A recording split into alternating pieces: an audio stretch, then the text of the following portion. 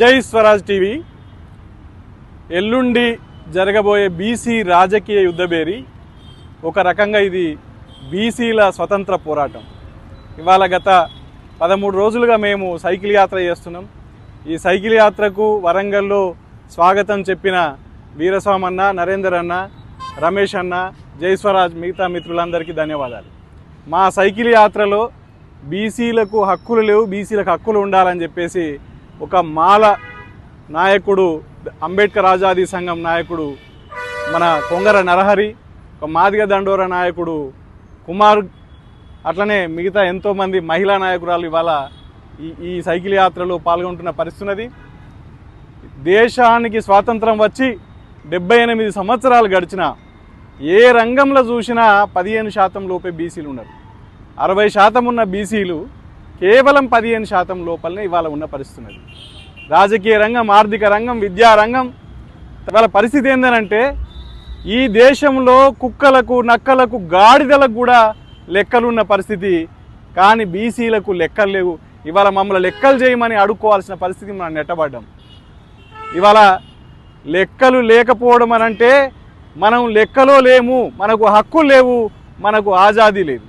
British కాలంలో 1881 నుంచి 31 వరకు లెక్కలు జరిగినాయి బ్రిటిష్ కాలంలో, ఆనాడు సాంకేతికత లేని కాలంలో. కానీ ఇవాళ దేశానికి స్వాతంత్రం వచ్చిన తర్వాత అది కాంగ్రెస్ కావచ్చు, బీజేపీ కావచ్చు, ఇంకో పార్టీ కావచ్చు, కానీ బీసీలకు లెక్కలు చేయడం సాధ్యం కాదని చెప్తున్నది.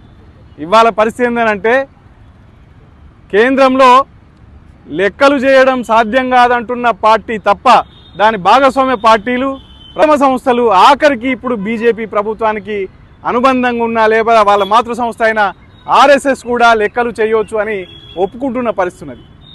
బీజేపీ పార్టీ ఇలా లెక్కలు చేయడానికి సిద్ధంగా లేదు. ఇంకోవైపు బీజేపీ కేంద్రంలో తెచ్చిన ఈడబ్ల్యూఎస్ బిల్లు ఎలాంటి లెక్కలు లేకుండానే, డాటాలు లేకుండా మన రాష్ట్రానికి ఆగమేఘాల మీద బీఆర్ఎస్ పార్టీ తీసుకొచ్చింది.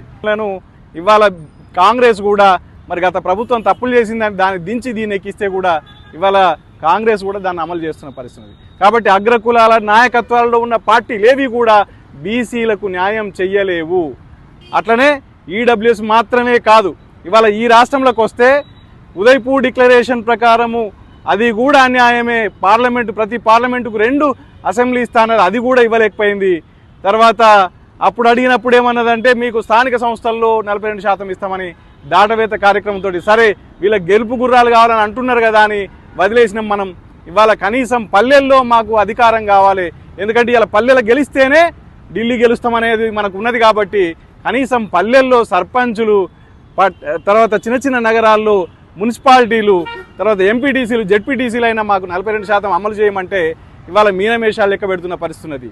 మా చాపర్తి కుమార్ గాడ్గే, నేను, సంజయ్ ఆమరణ దీక్ష వల్ల కుల అనేక ఉద్యమ సంస్థలు తమ స్థాయిలో పోరాటాల వల్ల ఇవాళ కుల జనగణన జరిగింది, కానీ ప్రకటించడంలో మీనమేషాలు లెక్క పెడుతున్నది.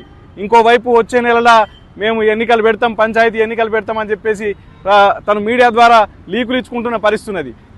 తిరిగి మళ్ళీ అదే అన్యాయం పల్లె స్థాయిలో కూడా అన్యాయం చేసే పరిస్థితి. కనుకనే ఇవాళ బీసీ రాజకీయ యుద్ధ బేరి ఈ 3 అంశాలతో పాటు మొత్తం బీసీల యొక్క మొత్తం హక్కుల్ని ప్రతిబింబించే విధంగా ఇవాళ వరంగల్లో ఈ ఆర్ట్స్ అండ్ సైన్స్ కాలేజీలో ఇవాళ మీటింగ్, అంటే 2వ తారీఖు మీటింగ్ పెట్టబోతున్నాం తీన్మార్ మల్లన్న నాయకత్వంలో.